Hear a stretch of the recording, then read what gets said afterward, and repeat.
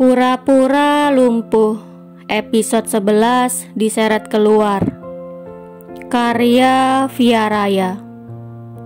Waktu itu Prita terlambat berangkat ke sekolah.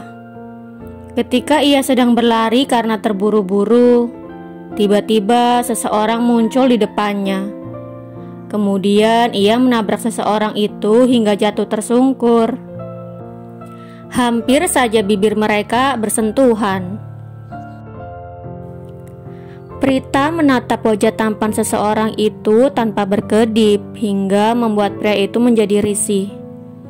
Sementara posisi mereka berdua benar-benar bisa membuat orang lain yang melihat salah paham dan membuat pria itu tidak nyaman.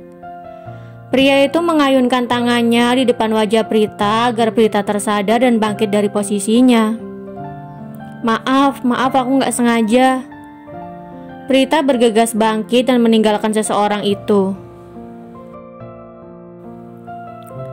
Kemudian ketika ia sampai di kelas dan baru saja duduk, wali kelas datang dengan sosok seseorang yang ia tabrak tadi. Wali kelas memperkenalkan seseorang itu sebagai guru bahasa Inggris yang baru. Dan seseorang itu bernama Irsyad. Seketika Prita merasakan gelenyar aneh di hatinya. Itulah saat pertama Prita jatuh cinta pada Pak Irsyad. Woi, lagi mikirin apa lo senyum-senyum sendiri? Pasti lagi mikirin Pak Irsyad ya, kata Anggi. Pertanyaan Anggi sontak membuat Firas penasaran. Apalagi dengan melihat wajah Prita yang bersemu merah. Firas tidak bisa konsentrasi dalam bekerja. Ia sibuk memikirkan Prita yang mungkin masih memiliki perasaan terhadap Pak Irsyad. Apalagi mengingat wajahnya yang memerah ketika Anggi membahas masalah pria itu. Karena tidak bisa fokus, akhirnya Firas memutuskan untuk pulang ke rumah dan memang hari ini tidak ada pekerjaan penting di perusahaan. Ia menghubungi Prita menanyakan apakah Anggi masih ada di rumah. Karena ia berencana untuk mengajak mereka berdua jalan-jalan, sekaligus menggantikan hari di mana cara berbelanja Prita yang gagal karena ulahnya waktu itu. Halo, Anggi masih ada di rumah nggak, Tak? Masih, kenapa Om? Di balik telepon, Prita sedang mengernyitkan dahinya karena penasaran. Kamu jadi belanja baju nggak? Kalau mau, sebentar lagi aku pulang. Sekalian ajak Anggi belanja biar kamu ada temen. Jadi kan enak kalau rame. Wah, boleh tuh. Ya udah, Om Firas buruan pulangnya biar aku sama Anggi siap-siap dulu. Kan pas tuh Om Firas sampai rumah, aku sama Anggi udah rapi. Oke, sekarang aku jalan pulang ya. Om Firas hati-hati, jangan lupa siapin duit yang banyak buat kita belanja. Aku gak mau loh ya diseret keluar gara-gara gak punya duit. Tenang aja, mau kamu belanja seisi mall juga duit aku gak bakalan berkurang. Mulai nih sombongnya. Udah aku mau mandi. Mandi bareng aja yuk, mau gak? Ogah, dasar om-om gak jelas. Prita mematikan teleponnya. Sedangkan Firas hanya tersenyum mengingat kata-kata yang ia ucapkan barusan. Ia bergegas merapikan berkas yang ada di meja. Kemudian ia langsung menuju basement dan melajukan mobilnya pulang ke rumah. Firas tidak tahu dengan rencananya mengajak Prita dan Anggi jalan-jalan akan menimbulkan suatu masalah bagi Prita. Sampai di rumah, Prita dan Anggi sudah menunggunya di depan pintu. Firas bergegas membukakan pintu mobil agar Prita dan Anggi cepat-cepat masuk ke dalam. Setelah itu, ia menginjak pedal gas dan melintasi jalanan yang padat di sore hari. Om Firas jam segini ngajak jalan emang kerjaannya udah selesai? Tanya Prita. Hehehe, udahlah, saut Firas tersenyum kikuk. Padahal ia tidak bisa fokus bekerja karena memikirkan Prita dan Pak Irsyad. Oh gitu.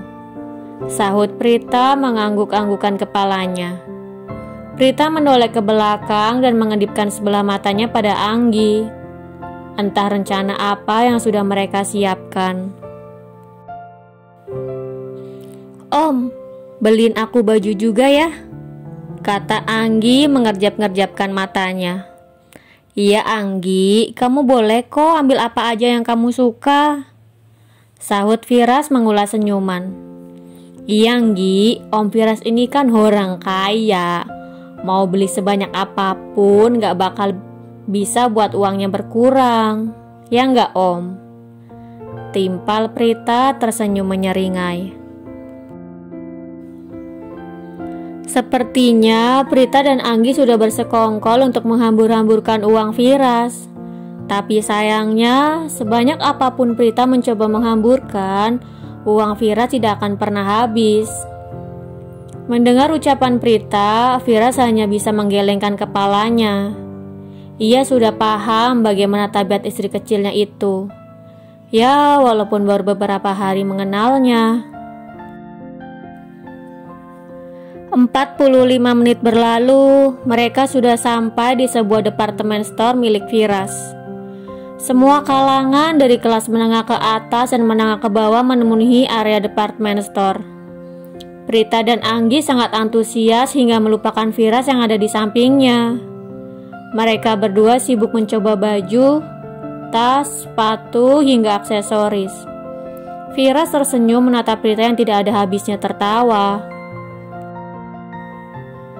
"Ada apa denganku?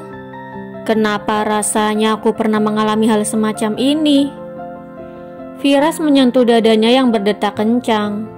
Kemudian ia kembali memperhatikan Prita yang sedang sibuk di depan cermin. Tiba-tiba ia melihat Prita berjalan mendekat ke arahnya. "Menurut Om Firas bagusan yang mana? Yang ini apa yang ini?"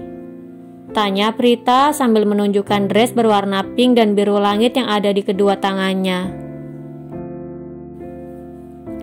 Firas nampak berpikir dengan tangan kiri yang ia lipat di dada, dengan tangan kanan yang menyentuh dagunya. "Dua-duanya bagus kok, kamu ambil aja semuanya," sahut Firas.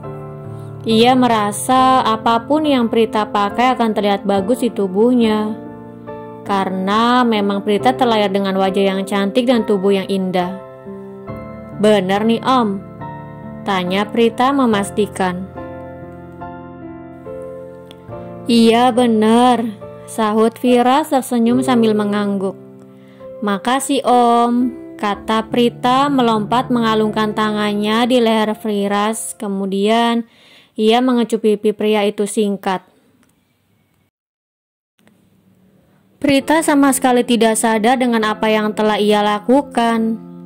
Ia juga tidak sadar bahwa musuh di sekolahnya telah melihat adegan yang ia buat bersama Firas. Bersambung. Jangan lupa untuk like, komen, share, subscribe, dan tekan tombol lonceng untuk mendapatkan notifikasi episode selanjutnya.